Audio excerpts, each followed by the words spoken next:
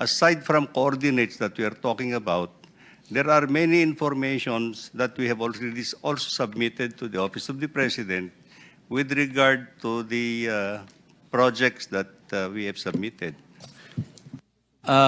Yes, Secretary Bonoan, you may respond. Thank you, Mr. Chairman, Your Honor. Let me backtrack a little bit, Your Honor, on the submission of the projects that we submitted to the Office of the President. See, as directed by the President during his SONA, he directed actually the Department of Public Works and Highways to submit at the earliest possible time the list of completed projects, flood control projects from July of 2022 up to May of 2025. So with that, we had very little time actually to go through all the data. And on August 4 of 2025, we submitted the list of projects numbering, I think, about 9,856. 9,856, but there was a correction of one project, so it became 9,855 projects. Truth of the matter is, because of the time constraint that we have to submit, I instructed the late Undersecretary Cabral to collate the information that we need to submit to the Office of the President. And because the Planning Service has a record of projects that had been completed already, Mr. Chair, under the MIPS,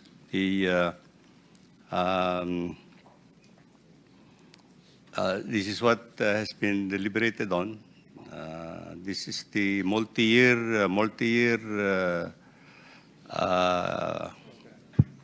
program scheduling.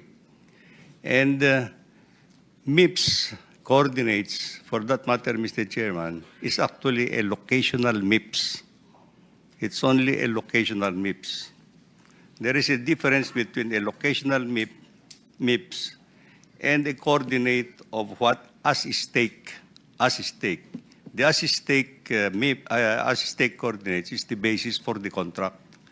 Depending on the situation on field, Ito yung linear distance, sinasabi ninyo. the as-stake, yes, that is already the coordinates for the contract in itself, Mr. Chair. But nevertheless, what we are saying is actually, aside from coordinates that we are talking about, there are many informations that we have already also submitted to the Office of the President with regard to the projects that we have submitted. We have submitted where the project is, which agency or district office, the name of the projects, the same project that would have appeared in the General Appropriations Act, the name of the contractor, the date, the amount of contract, the amount of bid, the amount of program of work, and the date started, the date of completion. So all this information has been included in the submission to the Office of the President, Mr. Chair. So the coordinates is just one of the data that is included. So there are many other data that you can validate actually the existence of the contract in itself. In fact, Mr. Chair, when we submitted this in August 4 of 2024, I know that there has been some differences between the MIPS coordinates and the as-stake plans, and therefore, immediately after we submitted it to the Office of the President, I immediately sent validation teams actually For the purpose of getting present absent status of the 9,855 projects. And in a week's time, there were reports already that were coming to my office, to the office.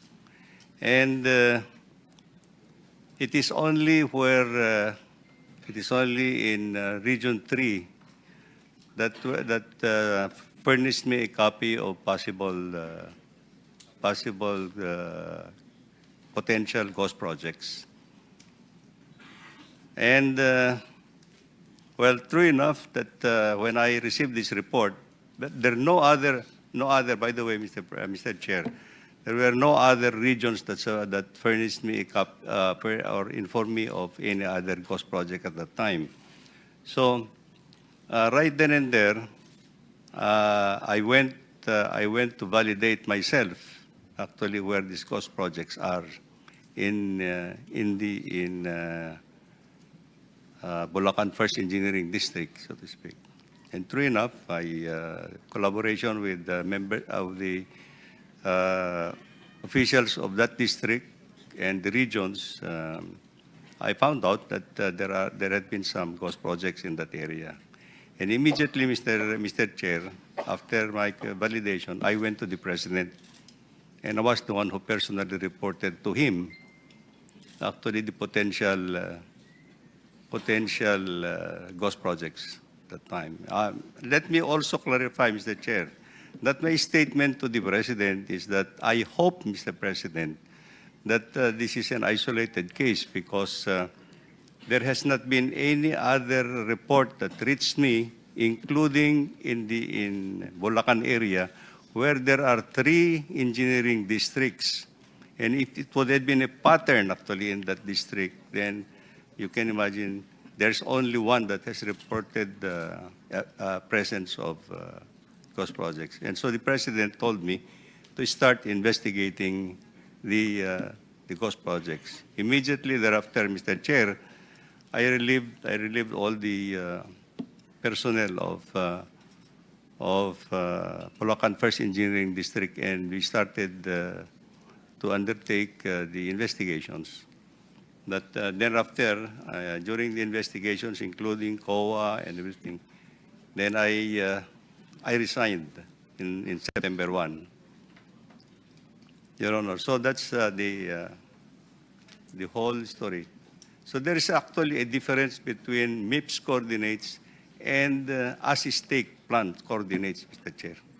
Admittedly, I think, if I remember right, I also discussed this a little bit with the President when I reported actually where the ghost projects are. Because I think what has been submitted are coordinates of already completed projects before. So there are some differences, Mr. Chair.